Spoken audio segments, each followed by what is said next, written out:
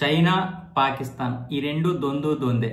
చైనాకి పాకిస్తాన్ సపోర్ట్ అవసరం లేదు, కానీ పాకిస్తాన్కి చైనా సపోర్ట్ ఎప్పుడు ఉంటుంది. ఎందుకంటే పాకిస్తాన్ని సపోర్ట్ చేస్తే భారత్ని ఇబ్బంది పెట్టవచ్చు. అలాగే ఈ అమాయకమైనటువంటి ఈ మూర్ఖపు జీవి ఏదైతే ఉందో పాకిస్తాను, అక్కడ ఉన్నటువంటి ఖనిజ సంపదను మొత్తం దోచుకోవచ్చు. ఇది చైనా ఎప్పటి నుండి వేసిన ఎత్తుగడ.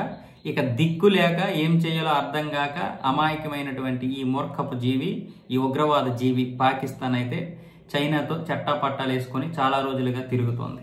ఇప్పుడు ఈ ఉగ్రదాడి ఏదైతే ఉందో పహల్గామ్లో జరిగినటువంటి ఉగ్రదాడి, ఆ ఉగ్రదాడి భారత్ ఏమొచ్చేసి పాకిస్తానే చేసిందని ఆరోపిస్తే ఈ ఆరోపణల వెనక నిజాలు ఉన్నాయో లేవో చూడాలి. కాబట్టి మేము పాకిస్తాన్కి మద్దతు ఇస్తున్నాం, పాకిస్తాన్ ఆందోళనని మేము అర్థం చేసుకుంటాం, పాకిస్తాన్కి ఎటువంటి నష్టం జరగకుండా మేము ప్రయత్నాలు చేస్తాం, అవసరమైతే భారత్తో మాట్లాడి చేస్తామంటూ ఇప్పుడు చైనా విదేశాంగ మంత్రి వాంగ్ యీ అయితే చెప్పడం జరిగింది.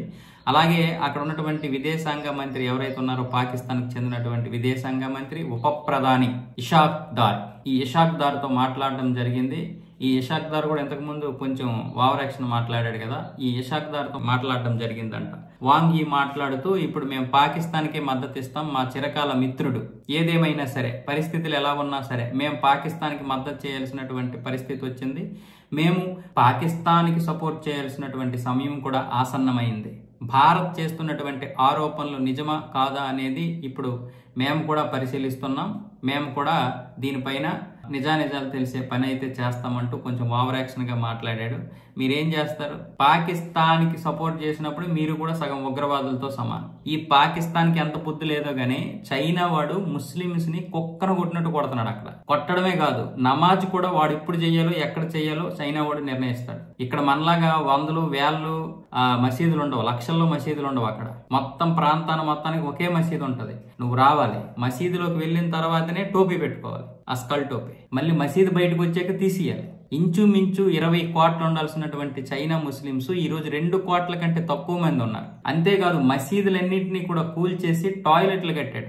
ఒక్కడైనా అడిగాడా పాకిస్తాన్ వాడు? ఒక్కడు ఇదేంటిదని ఒక్కడు అడిగాడా? పోనీ ఇస్లాం దేశాలు ఏవైనా అడిగాయా? కనీసం చైనాని ప్రశ్నించేయా ఇదేంటి ఈ పద్ధతి ఏంటని? కానీ ఇప్పుడు అదే చైనా సంఖ నాకుతుంది పాకిస్తాన్. మనం ఏంటి, ప్రపంచంలోనే ఎక్కువ మసీదులు కట్టడానికి అనుమతించినటువంటి దేశం, ప్రజాస్వామ్య దేశం మనది. ఈ దరిద్రం ఏంటంటే చైనా వాడి కంటే ఇక్కడున్న వాళ్ళే చాలా మంది సంతోషపడిపోతున్నారు చైనా అక్కడ మద్దతు ఇవ్వడంతో.